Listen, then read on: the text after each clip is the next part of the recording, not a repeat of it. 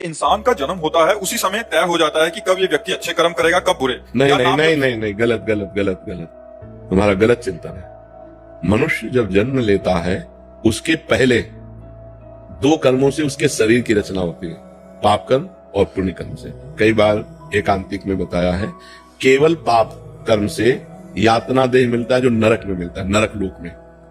केवल पुण्य कर्म से देव शरीर मिलता है जो स्वर्ग लोक में है।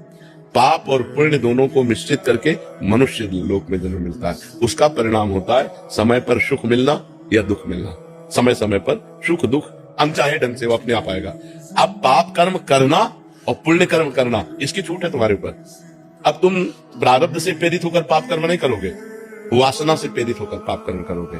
अब चाहे उपासना कर लो चाहे वासना से प्रेरित होकर पाप कर्म कर लो, ये तुम्हारे को छूट दी गई है। लेकिन इस शरीर की रचना दो कर्मों से हुई है, उसका भोग पूरे जीवन भोगना पड़ेगा।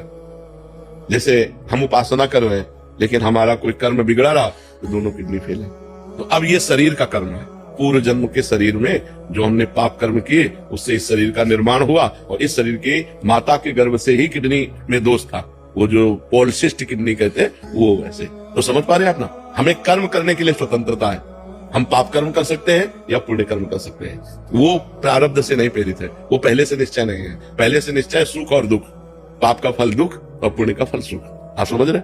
नहीं तो जैसे पाप का फल दुख है तो वर्तमान में पाप कर रहा है लेकिन वो सुखी है, क्योंकि उसके पूर्व पुण्य का फल उसको मिल रहा है। वर्तमान में कोई पुण्यात्मा धर्मात्मा है लेकिन वो दुख भोग रहा है, क्योंकि उसके पूर्व के पाप का फल उसे भोगने को मिल रहा है।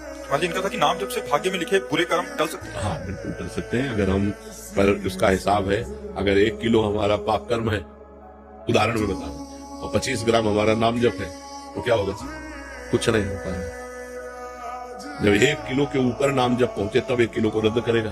तो ऐसे अनंत जन्मों के हमारे पाप है, तो हमें डट के नाम जप करना चाहिए। जितना हम नाम जप करेंगे उतने हमारे पाप क्षीण होते जाएंगे और हमारे अंदर प्रसन्नता, आनंद, सुख ऐसी वृद्धि होती जाएगी। समझ पा रहे आप?